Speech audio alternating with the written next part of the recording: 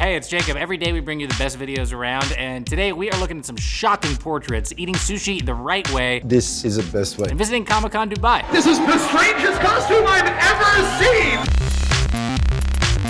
I feel it. Photographer Patrick Hall usually uses his work to evoke a feeling in his audience. Now he's using a taser and he's filming the reactions. It started as a photo project, but evolved into a multimedia experience to capture the full range of emotion in his subjects.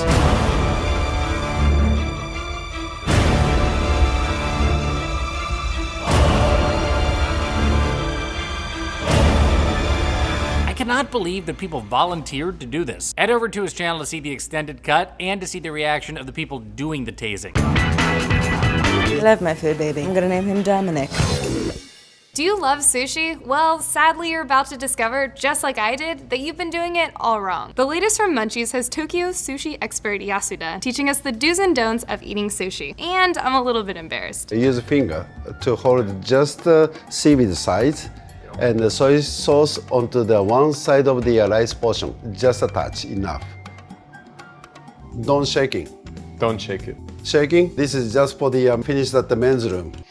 Hi, hello. Now remember, always ask the chef for recommendations when you sit down. Never ever make small talk with them during the meal. And finally, never tip in money. Tip in sake. I'm never gonna be ashamed again. There has been a ton of discussion recently about the over-sexualization of women in comic books, so you might think that there wouldn't really be much of a cosplay scene in a conservative city like Dubai, but you'd be wrong. Vocativ recently traveled to the Middle East Comic-Con and discovered that not only is there a huge cosplay scene, the female artists actually outnumbered the men. Has anyone pulled you aside and said something about it? So you can hear while you're here? Yeah. Yes? Yeah, You, I did. what was said? Like, what are you wearing? I'm like, you know what? I'm free to wear whatever I want to wear. But the Middle Eastern people are very open.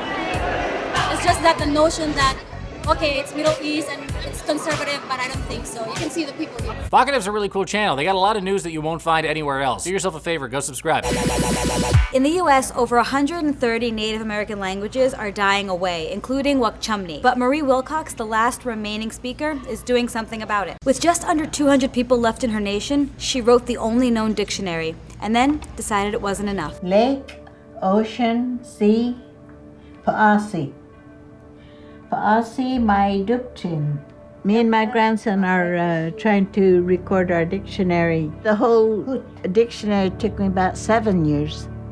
So that was a lot of work for me. This latest op-doc from the New York Times really moved me because I grew up in a Cuban, Puerto Rican household without learning Spanish fluently. It's really inspired me to reconnect with my own heritage. We have been getting a ton of these comments recently. I had no idea what they meant, but Alex did. Yeah, let me explain. It started on a League of Legends gameplay video. This song's playing in the background. Someone says, "What's that song?" Everybody answers, "Darude Sandstorm, duh." And that pretty much has become the only answer for anything on the internet. Since you guys asked, here is Sandstorm the way it was meant to be played. On 8 floppy drives. Floppy! What?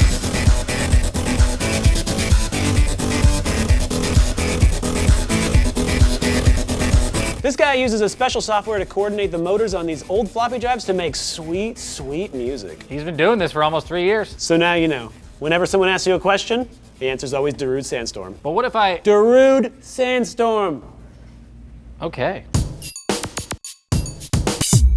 Hey guys, it's Megan Tonjes. You might recognize me from my channel Tonjes ML, where I sing sad songs about boys. Every Wednesday on YouTube Nation is Women Crush Wednesday. You might have previously seen iJustine. She nominated me as her Women Crush Wednesday, and I'm super flattered because I love her. This week, I'm choosing Lee Newton from SourceFed. She is hilarious, quick-witted, funny. She's a master of impressions and voices. She's adorable, whether she is defending the honor of Harry Potter fans all over the world. What about Ginny Weasley, okay? Who would have been with Ginny Weasley? Harry belonged in the Weasley family. How is that supposed to happen, huh? And Hermione and Ron loved each other. Or she's teaching you what the kids are using these days when it comes to language. The Oxford Dictionary's online adds words that quickly become part of the cultural lexicon. Phablet, emoji, buzzworthy, and food baby. I love my food baby. She's adorable and you can't help but love her. If you want to check out some of the other stuff that Lee's doing and just fall in love with her, there's actually a write-up over on the YouTube Nation blog. You can go click that below, or it'll pop up at the end of the show and you can check that out then. If you've got a woman crush worthy of a Wednesday, drop her name in the comments and use the hashtag WCW. Now play us out. Peace. The sound from your lips is truly